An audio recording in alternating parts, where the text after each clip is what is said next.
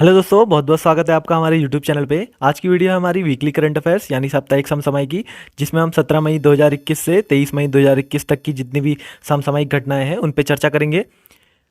हमारे जैसे कि आप लोग जानते हैं, हमारे चैनल के माध्यम से आप लोग को हर संडे के दिन वीकली करंट अफेयर्स की वीडियो मिलती है, तो आप लोग सभी हमारे चैनल से जुड़े रहिएगा।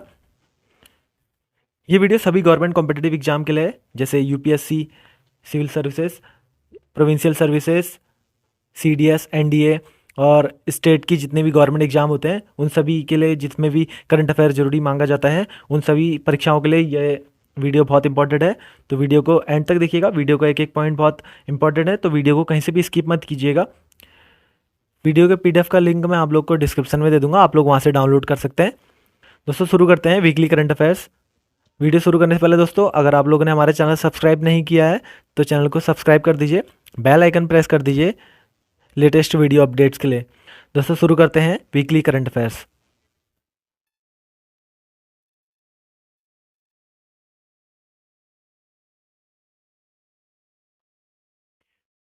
वीकली करंट अफेयर की इस सीरीज में हम सबसे पहले बात करेंगे प्रमुख राष्ट्रीय और अंतर्राष्ट्रीय दिवसों के बारे में। ठीक है, जो प्रमुख राष्ट्रीय और अंतर्राष्ट्रीय दिवस इस सप्ताह में हुए थे उनके बारे में हम बात करेंगे। तो इसमें जो सबसे पहला पॉइंट है वो है विश्व कृषि पर्यटन दिवस यानी वर्ल्ड एग्री टूरिज्म डे किस दिन मनाया जाता है। और तो जो इसका आंसर है 16 मई। 16 मई को विश्व कृषि पर्यटन दिवस यानी वर्ल्ड एग्री टूरिज्म डे मनाया जाता है। आइए इसके बारे में डिटेल में जानते हैं। हर साल 16 मई को विश्व कृषि पर्यटन दिवस मनाया जाता है। 2021 में इस दिवस को rural women sustainable entrepreneurship opportunity through agri tourism theme के तहत मनाया गया है। यह ग्रामीण अर्थव्यवस्थाओं में विविधता लाने और स्थिर करने की क्षमता के रूप में कृषि पर्यटन को बढ़ावा देने के लिए मनाया जाता है। नोट कर लीजिए दोस्तों इसको। बढ़ते हैं अगले पॉइंट की ओर।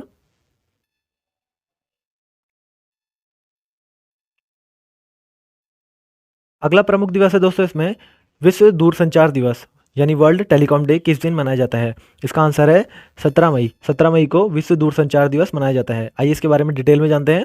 विश्व दूरसंचार दिवस प्रत्येक वर्ष 17 मई को मनाया जाता है। इस दिन को मनाने का उद्देश्य दूर दराज के इलाकों में रहने वाले लोगों को सूचना और संचार प्रौद्योगिकी सुलभ उपलब्ध कराना है। इस दिन का मुख्य उद्देश्य इंटरनेट, टेलीफोन, टेलीविजन के द्वारा तकनीकी दूरियों को कम करना और आपसी संचार संपर्क को बढ़ाना है। ठीक है दोस्तों, तो जो विश्व दूरसंचार दिवस है कुछ दिन मनाया जाता है, वो 17 मई को हर साल मनाया जाता है। इसका जो उद्देश्य होता है वह दूर दराज के इलाकों में रहने वाले लोगों को सूचना या संचार की प्रौद्योगिकी उपलब्ध कराना होता है, और मुख्य रूप से इंटरनेट, टेलीफोन सुविधाएं इत्यादि। ठीक है दोस्तों, नोट कर लीजिए इसको। 17 मई है विश्व दूरसंचार दिवस, नोट कर लीजिए इसको। बढ़ते हैं अगले पॉइंट की ओर।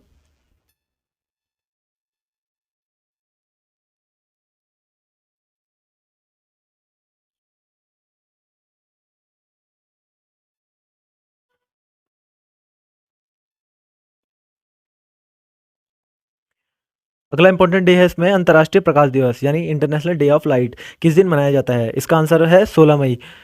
ठीक है, 16 मई को विश्व अंतर्राष्ट्रीय प्रकाश दिवस मनाया जाता है।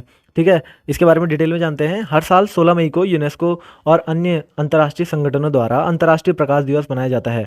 ठीक है, यह दिन विज्ञान, कला, संस्कृति, सतत शिक्षा, विकास में प्रकाश की भूमिका का जश्न मनाता है। वर्ष 1960 में प्रसिद्ध भौतिक शास्त्री और इंजीनियर थियोडोर मेमन द्वारा लेजर के पहले सफल संचालन के वर्षगांठ के उपलक्ष्य में 16 मई को यह दिवस मनाया जाता है। ठीक है दोस्तों, तो लीजिए दोस्तों इसको। बढ़ते हैं अगले पॉइंट की ओर। अगला इंपॉर्टेंट डे है इसमें अंतर्राष्ट्रीय संग्रहालय दिवस यानी इंटरनेशनल म्यूजियम डे किस दिन मनाया जाता है। तो इसका आंसर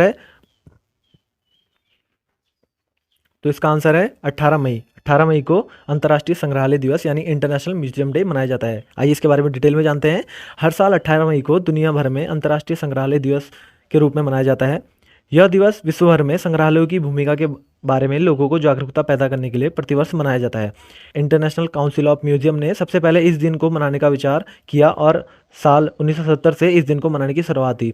तो दोस्तों, जो अंतर्राष्ट्रीय संग्रहालय दिवस है यानी इंटरनेशनल डे ऑफ म्यूजियम है,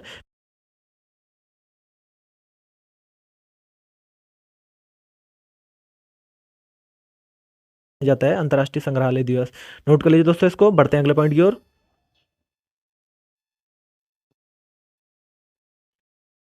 अगला इंपॉर्टेंट डे है दोस्तों इसमें विश्व मेट्रोलॉजी दिवस यानी वर्ल्ड मेट्रोलॉजी डे किस दिन मनाया जाता है। तो इसका आंसर है 20 मई। 20 मई को विश्व मेट्रोलॉजी दिवस मनाया जाता है। आइए इसके बारे में डिटेल में जानते हैं। विश्व मेट्रोलॉजी डे दिवस यानी वर्ल्ड मेट्रोलॉजी डे हर साल 20 मई को मनाया जाता है। यह दिवस 1875 में मीटर कन्वेंशन पर हस्ताक्षर करने की वर्षगांठ के उपलक्ष्य में मनाया जाता है। इस कन्वेंशन में विज्ञान और माप के साथ साथ इसके वाणिज्यिक, सामाजिक और औद्योगिक अनुप्रयोग में वैश्विक सहयोग के लिए रूपरेखा निर्धारित की है। ठीक है, तो दोस्तों जो विश्व मेट्रोलॉजी डे है, वर्ल्ड मेट्रोलॉजी डे है, वह 20 मई को मनाया जाता है। आप लोग नोट कर लीजिए इसको। बढ़ते हैं अगले पॉइंट की ओर। इंडिपेंडेंस डे है आतंकवादी विरोधी दिवस यानी एंटी टेररिज्म डे किस दिन मनाया जाता है? इसका आंसर है 21 मई। 21 मई को क्या है, आतंकवादी विरोधी दिवस मनाया जाता है। आइए इसके बारे में डिटेल में जानते हैं। हर साल 21 मई को राष्ट्रीय आतंकवादी विरोधी दिवस यानी नेशनल एंटी टेररिज्म डे मनाया जाता है। यह दिन पूर्व प्रधानमंत्री राजीव गांधी की पुण्यतिथि के रूप में मनाया जाता है। इसी दिन यानी 21 मई 1991 को भारत के पूर्व प्रधानमंत्री राजीव गांधी की तमिलनाडु के श्री पेरुबंदर में आतंकवादियों ने हत्या कर दी थी। आतंकवाद विरोधी दिवस मनाने का उद्देश्य राष्ट्रीय हितों पर पड़ने वाले प्रतिकूल प्रभावों, आतंकवाद के कारण आम जनता को हो रही परेशानियां, आतंकी हिंसा से दूर रखना है। ठीक है दोस्तों, तो जो 21 मई को जो आतंकवाद विरोधी दिवस मनाया जाता है वह जो पूर्व प्रधानमंत्री है राजीव गांधी की पुण्यतिथि के रूप में मनाया जाता है। 21 मई 1991 को भारत के पूर्व प्रधानमंत्री श्री तमिलनाडु का श्री पेरुबंदर में आतंकवादियों ने हत्या कर दी थी। ठीक है, ये सभी नोट करने वाले पॉइंट है दोस्तों इसमें। आतंकवाद विरोधी दिवस मतलब नेशनल एंटी टेररिज्म डे 21 मई, नोट कर लीजिए दोस्तों इसको। बढ़ते हैं अगले पॉइंट की ओर।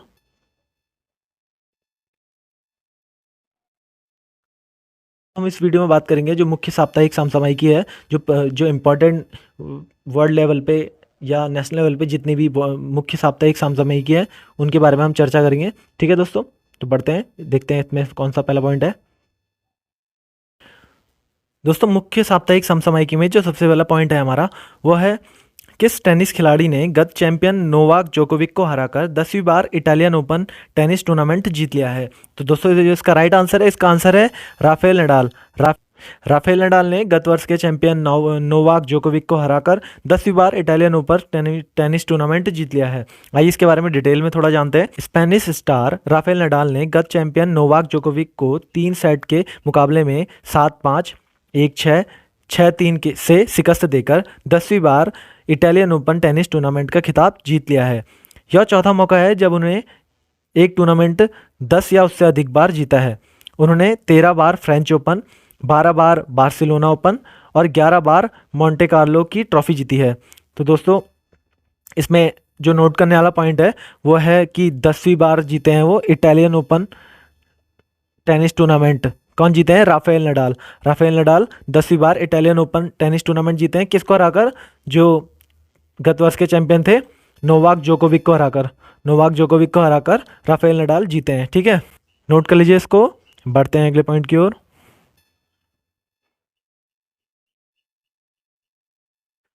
दूसरा पॉइंट है दोस्तों इसमें, किसने मिस यूनिवर्स 2020 का खिताब अपने नाम किया है? तो इसका राइट आंसर है एंड्रिया मेजा। एंड्रिया मेजा ने मिस यूनिवर्स 2020 का खिताब अभी हाल ही में जीता है। ठीक है, तो मेक्सिको की एंड्रिया मेजा को मिस यूनिवर्स 2020 का खिताब मिला है। अंतिम 2 प्रतिभागियों में ब्राज़ील की जूलिया गामा और मिस मेक्सिको एंड्रिया रही थी। एंड्रिया को पूर्व मिस यूनिवर्स जोजिबिनी तुंजी ने मिस यूनिवर्स का ताज पहनाया। बता दें कि साल 2019 में दक्षिण अफ्रीका की जोजिबिनी तुंजी मिस यूनिवर्स का खिताब अपने नाम करने वाली पहली अश्वेत महिला बनी थी। ठीक है दोस्तों, तो जो इसमें नोट करने वाला पॉइंट है, इसमें नोट करने वाला पॉइंट ये है कि एंड्रिया मेजा ने जो मिस यूनिवर्स 2020 का खिताब है वो जीता है। ठीक है, जो फाइनलिस्ट थे वो थी, एक ब्राज़ील की जूलिया गामा थी और मेक्सिको की एंड्रिया मेजा थी। और जो उनको ताज पहनाया गया मिस यूनिवर्स का, वह जो इससे पिछले साल की जो मिस यूनिवर्स थी जोजिबिनी तुंजी, ठीक है, वो उन्होंने पहनाया। जोजिबिनी तुंजी जो है वो 2019 में दक्षिण अफ्रीका से आई थी। ठीक है, और यह खिताब अपने नाम करने वाली पहली अश्वेत महिला थी। ठीक है दोस्तों, नोट कर लीजिए इसको। बढ़ते हैं अगले पॉइंट की ओर।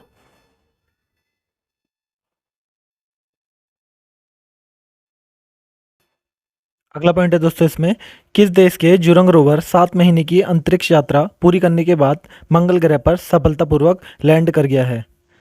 इसका राइट आंसर है चीन। ये इसके बारे में डिटेल में जानते हैं। चीन का जुरंग रोवर 7 महीने की अंतरिक्ष यात्रा पूरी करने के बाद मंगल ग्रह पर सफलतापूर्वक लैंड कर गया है। चीन मंगल पर सफलतापूर्वक रोवर भेजने वाला दुनिया का दूसरा देश बन गया है। जुरोंग नाम का चीन के अग्नि देवता के नाम पर रखा गया है। ठीक है। अमेरिका इससे पहले सफलतापूर्वक 9 बार अपने अंतरिक्ष यान को मंगल ग्रह पर उतार चुका है। यही नहीं, वह ग्रह पर यान के संचालन में भी सफल रहा है। ठीक है दोस्तों, तो जो मंगल ग्रह पर जुरंग नाम का रोवर उतारा है वह चीन ने उतारा है। ठीक है, चीन ने उतारा है। और जो जुरंग नाम है वह चीन के अग्नि देवता के नाम है। ठीक है, चीन के जो अग्नि देवता हैं चाइना के, उनका नाम जुरोंग है, उनके नाम पर उन्होंने अपने रोवर का नाम रखा है। ठीक है, तो नोट कर लीजिए दोस्तों इसको। बढ़ते हैं अगले पॉइंट की ओर।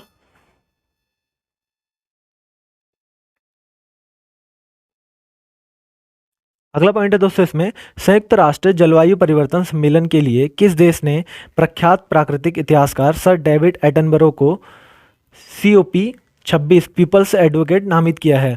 तो जो सर डेविड एटनबरो हैं वह COP 26 पीपल एडवोकेट नामित किए गए हैं। आइए इसके बारे में डिटेल में जानते हैं। संयुक्त राष्ट्र परिवर्तन सम्मेलन के लिए ब्रिटेन ने प्रख्यात इतिहासकार सर डेविड एटनबरो को COP 26 पीपल्स एडवोकेट नामित किया है।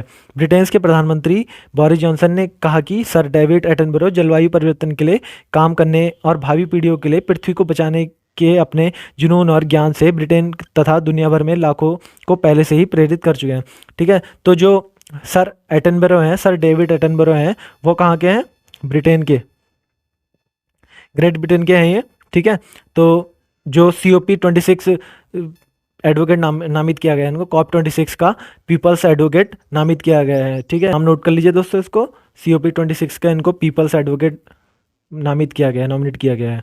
कहाँ के हैं ये? ब्रिटेन के। नोट कर लीजिए इसको। बढ़ते हैं अगले पॉइंट की ओर।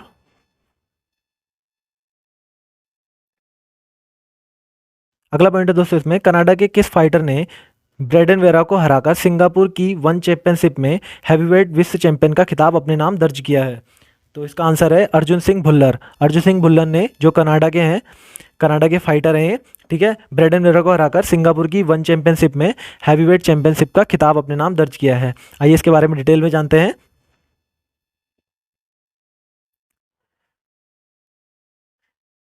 कनाडा के अर्जुन सिंह भुल्लर ने ब्रेडन वेरा को हराकर सिंगापुर की वन चैंपियनशिप में हैवीवेट विश्व चैंपियन का खिताब अपने नाम दर्ज किया है। यह कारनामा करने वाले वह भारतीय मूल के पहले मिक्स्ड मार्शल आर्ट फाइटर बने हैं। इस जीत के साथ अर्जुन ने फिलीपींस मूल के अमेरिकी वेरा को 5 साल से चला आ रहा वर्चस्व तोड़ दिया। भुल्लर ने 2010-2012 में राष्ट्रमंडल खेलों में स्वर्ण पदक भी जीते हैं। ठीक है, तो जो कनाडा के अर्जुन सिंह भुल्लर हैं, भारतीय मूल के हैं ये। ठीक है, रहते कनाडा में है। ठीक है, अब भारतीय मूल के हैं ये। उसमें जो ब्रेडन वेरा को हराकर सिंगापुर की वन चैंपियनशिप हैवीवेट चैंपियन कर लीजिए दोस्तों इसको। बढ़ते हैं अगले पॉइंट की ओर। अगला पॉइंट है दोस्तों इसमें, सुप्रीम कोर्ट कोलिजियम ने किसे इलाहाबाद हाई कोर्ट के मुख्य न्यायाधीश नियुक्त करने की सिफारिश की है? तो इसका आंसर है जस्टिस संजय यादव। जस्टिस संजय यादव को जो सुप्रीम कोर्ट का कोलिजियम सिस्टम होता है, ठीक है, जो न्यायाधीशों की नियुक्तियां एवं ट्रांसफ़र करता है, ठीक है, उन्होंने जो सिफारिश की है वह जस्टिस संजय यादव की है। आइए इसके बारे में डिटेल में जानते हैं। सुप्रीम कोर्ट कोलिजियम ने जस्टिस संजय यादव को इलाहाबाद हाई कोर्ट के मुख्य न्यायाधीश नियुक्त करने की सिफारिश की है। बता दें कि केंद्र सरकार ने इलाहाबाद हाई कोर्ट के वरिष्ठतम जज जस्टिस संजय यादव को 14 अप्रैल को कार्यवाहक मुख्य न्यायाधीश नियुक्त किया था। जस्टिस यादव ने मध्य प्रदेश हाईकोर्ट के वकील के रूप में अपने करियर की शुरुआत की थी। उन्हें वर्ष 2007 में मध्य प्रदेश हाईकोर्ट का न्यायाधीश नियुक्त किया गया था। ठीक है दोस्तों, जो सुप्रीम कोर्ट का कोलिजियम सिस्टम है, उनने जस्टिस संजय यादव को नाम रेकमेंड किया है। उनका इलाहाबाद उच्च न्यायालय के जो मुख्य न्यायाधीश के लिए जो नाम सजेस्ट किया है वह है जस्टिस संजय यादव का नाम। ठीक है, इससे पहले वह 14 अप्रैल से कार्यवाहक मुख्य न्यायाधीश के रूप में नियुक्त हैं अभी इलाहाबाद उच्च न्यायालय में। ठीक है दोस्तों, नोट कर लीजिए इसको। बढ़ते हैं अगले पॉइंट की ओर।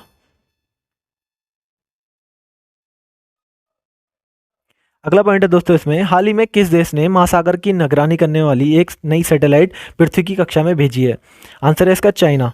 चीन ने हाल ही में नया सैटेलाइट लॉन्च किया है जो समुद्र व महासागरों की मॉनिटरिंग कर, इससे भविष्य में आने वाली पहली इससे भविष्य में आने वाली समुद्री आपदाओं के लिए पहले ही चेतावनी मिल जाएगी। पिछले ही सप्ताह चीन का रोवर मार्स पर पहुंचने वाला दुनिया का दूसरा देश बन गया है। महासागर की निगरानी करने वाला एक सैटेलाइट है, पृथ्वी की कक्षा में भेजा है, वो चाइना ने भेजा है। ठीक है, तो इससे क्या होगा, जो प्राकृतिक आपदाएं हैं उससे आने से पहले ही चेतावनी मिल जाएगी। ये चाइना का उसमें उद्देश्य है।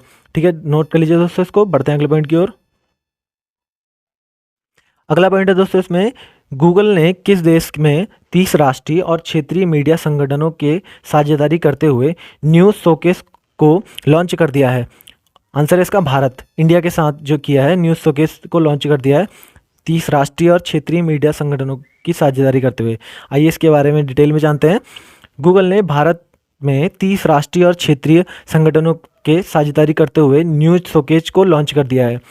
विश्वसनीय समाचारों और सूचनाओं तक पहुंच की बढ़ती अहमियत के बीच गूगल ने भारत के बड़े और विविध समाचार उद्योग को मदद देने के लिए कई निवेश कार्यक्रम की घोषणा की है। ठीक है, नोट कर लीजिए इसको।